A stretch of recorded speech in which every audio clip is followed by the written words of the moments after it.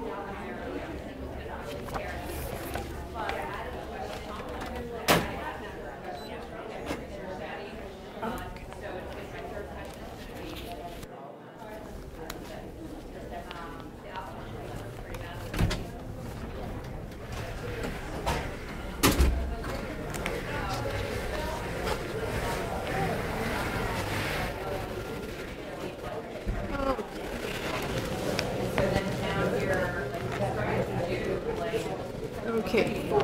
Nurses, nursing turnover? No, you're Lisa. Okay.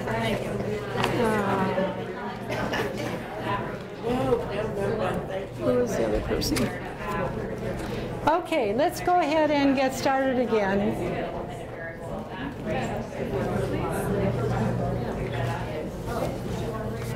Okay.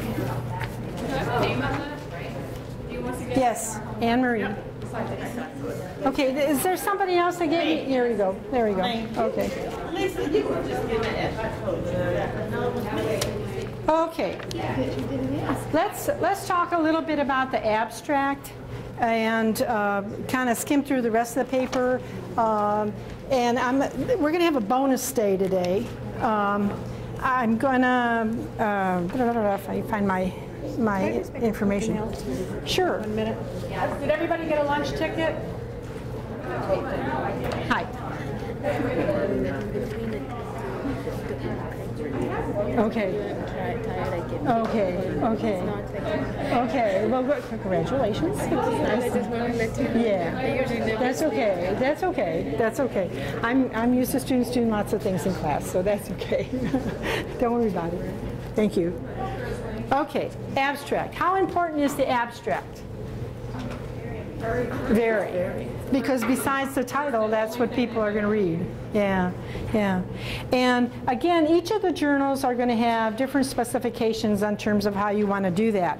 In Heart and Lung, they tend to want objectives, methods, result, and conclusion, and little subtitles in there. But other abstracts won't expect you to have the subtitles, but usually that's what they want you to include. So basically, what we're looking at is, in the abstract, what they call IMRAD. IMRAD is an acronym for Introduction, Materials and Methods, Results, and Discussion.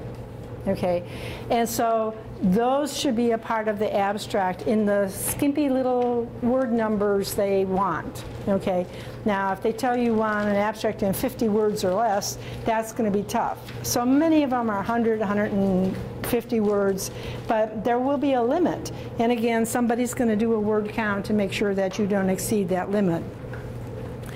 I think that the abstract does determine whether you're going to read the paper or not. You read the abstract, you say, oh, you know, this has nothing really to do with what I want, or gee, yeah, this has something, you know, I might want to look at a little bit.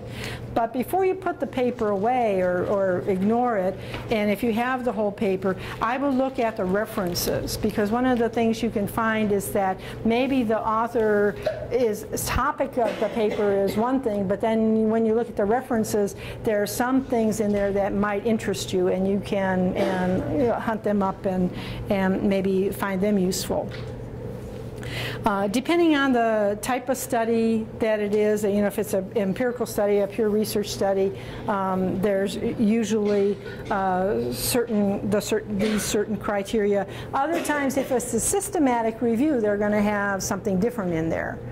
And you know, systematic reviews, if you read them and you look at what they have, somewhere in their paper they're telling you that they found 500 articles on vitamin D and patient prescription ways, and but they're only going to use 12 of those articles because they were randomized controlled studies, or they were, you know, fit the parameters of the study, the method the researchers were setting up. So systematic reviews don't usually review everything that's out there about the topic. They're going to look at certain kinds of things and build their best evidence based on the highest level of research that's there. But the guidelines for systematic review are a little different. So what we're looking at here mostly are guidelines for empirical studies. The abstract is something always in past tense because you did it. You know, in fact, a lot of people wait till they finish their paper and then write the abstract, and that's not bad, okay? Because then you know what you put in your paper. Some abstracts could be informative, and as you would find in PubMed, others are a little bit more descriptive. So if it's a review article, it would tend to be a little bit more descriptive of the kind of information that is there in the paper. Okay. Okay. Okay, if we go out of the abstract and you look at well, I should backtrack. I find abstracts and summaries very difficult to write. Okay, because a few words and you have to get a lot of information in, and it's that synthesizing that becomes difficult.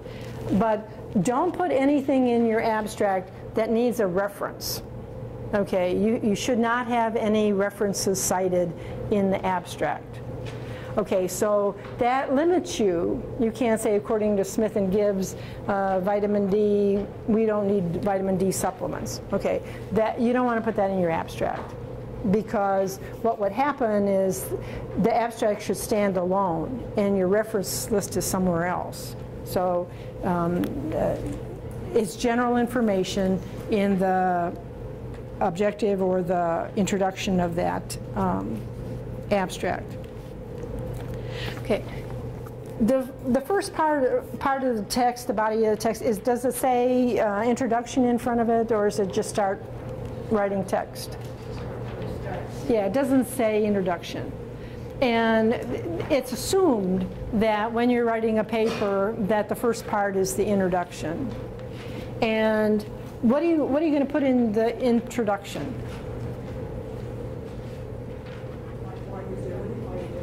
Yeah, so the purpose, your objectives. You might put in your review of the literature might be in the introduction, because you want to point out that the literature out there is, like I did with my critical thinking study, that the information out there is ambiguous. Okay, and that it appears that different disciplines have different perspectives, and individuals within those disciplines have different perspectives or interpretations of what this concept is.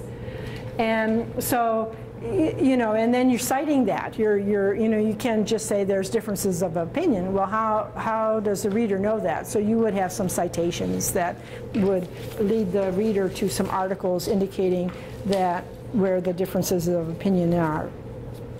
But yeah, you want to do the purpose, you want to, the scope of the problem, why, you know, why are you studying this? Okay, what, you know, what importance is this? So what if we don't have enough vitamin D, okay, and our bones all crack away? So the order of a good introduction is usually the scope of the problem, what's the purpose, rationale, hook the reader. You know, why should they read this article? The review of the literature is your foundation for your study, and you might you would put in your principal methods of investigation. Now, you're not going to get into the materials and methods here, but you're going to say that you're going to be doing a survey, that a survey was done and this analyzed with appropriate statistical measures and things like that. The principal, okay, wait a minute. Okay, and then the principal results are in your introduction. The last paragraph, if you look at the last paragraph, typically in a research article, the last paragraph of the introduction will give some conclusion in terms of what they found. This study will show that. Okay, so as you read through this and when you read the results, you're going to find out it's not a mystery story. That's why I put it in here. Because it's not. You don't want the reader to wait until the very end to find out what you found out. Okay, so you put that in the introduction. And except for the review of the literature, usually it's written in present tense, but the review of the literature is always past tense. Always past tense. Because those researchers aren't doing it now, they did it then, way back. Materials and methods, you have to give full details on this. What materials did you use? What kind of tool did you use? Did you use a tool that's already been published and doesn't need to have reliability and validity studies done, or did you create your own? I created my own survey. So I had to go through the whole process of constructing a survey that was accurate, reliable, and valid. Okay, that was really surveying what I wanted to. I had to have content experts look at it, make sure it was right. I did a pre-test and a post-test with a group of people that I was not going to sample for my study, and try to find out where the glitches were. If you do a pre-test, you give a survey that you've constructed to your best friends, and you give the survey today to them, and then you tell them, doing the first survey, you're agreeing to do the second survey, which is exactly the same thing. It's going to be a post-test, and you're going to get this in 3 weeks, and get it back to me soon after. Well, then you're going to analyze the pre and the post test to find out how much difference there was in the answers. Because if there's a lot of difference in their answers, if it's not a strong correlation between the pre-test and the post-test, what you have is probably a pretty bad survey. Okay? Because you're not really surveying what they really believe or what they know. It's what they're guessing at. Or, well, I never thought of that, so I'll check this. Okay, so I don't know if any of you are making up your own surveys, but that is extremely difficult to do. And so when you publish your survey, or when you write your capstone project, you have to be pretty specific about how you went about to assure the accuracy, validity, and reliability of the study.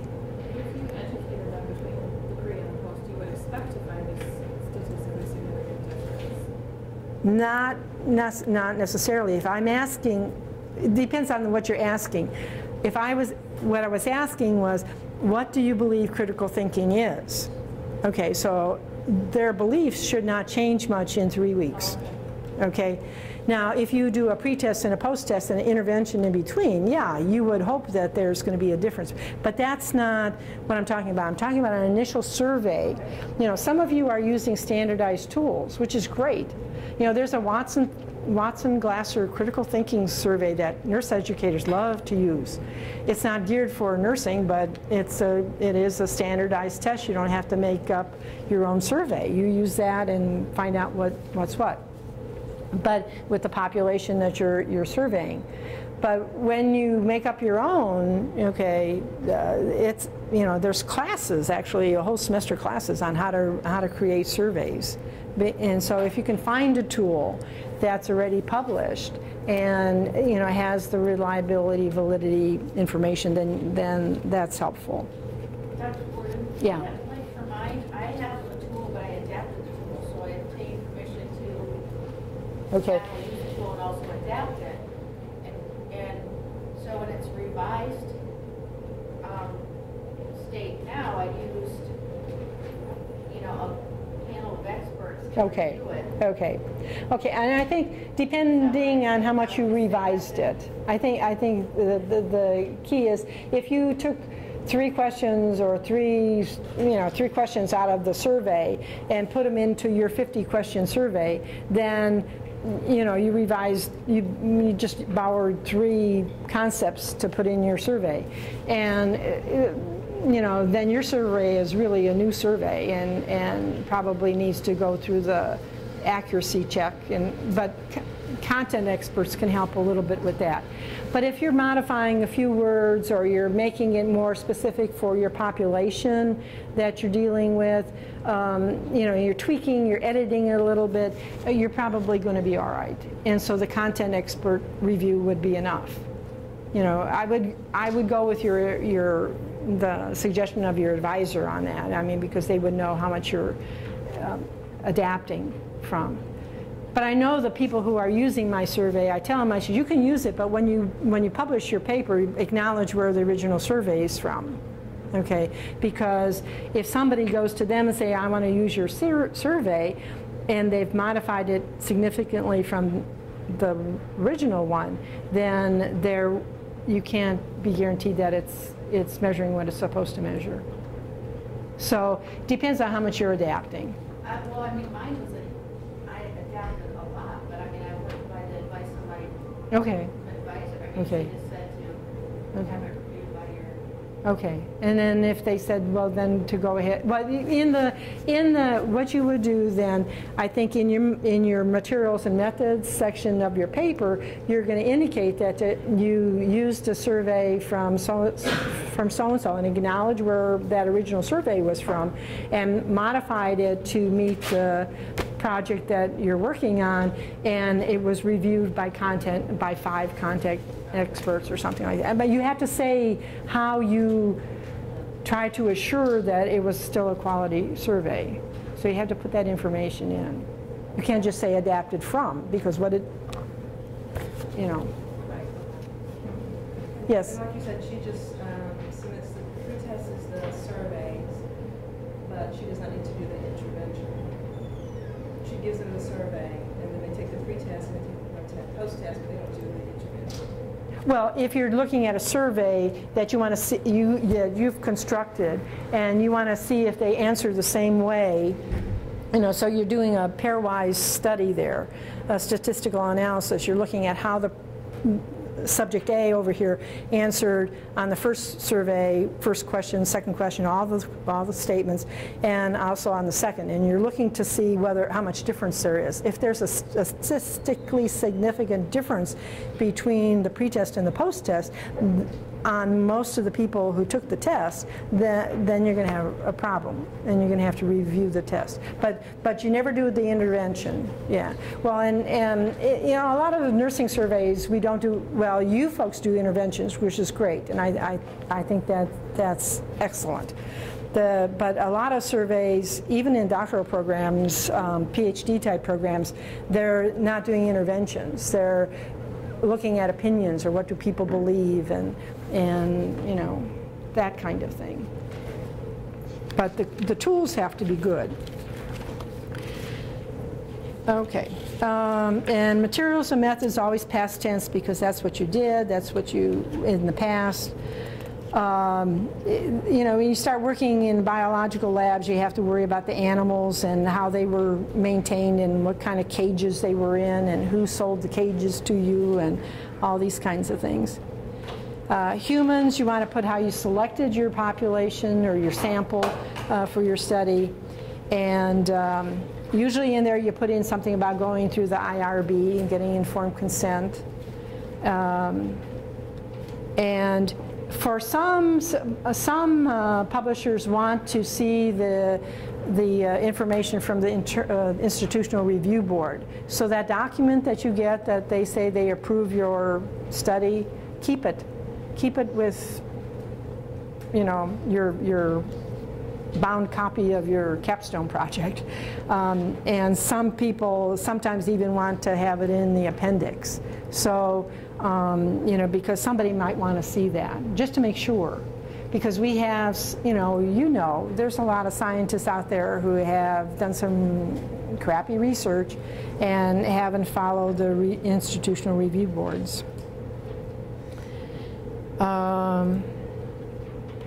The design of the study, how did you go about doing it? So that gets pretty wordy sometimes. How did you control to make sure that the environment stayed the same from the pre-test and the post-test?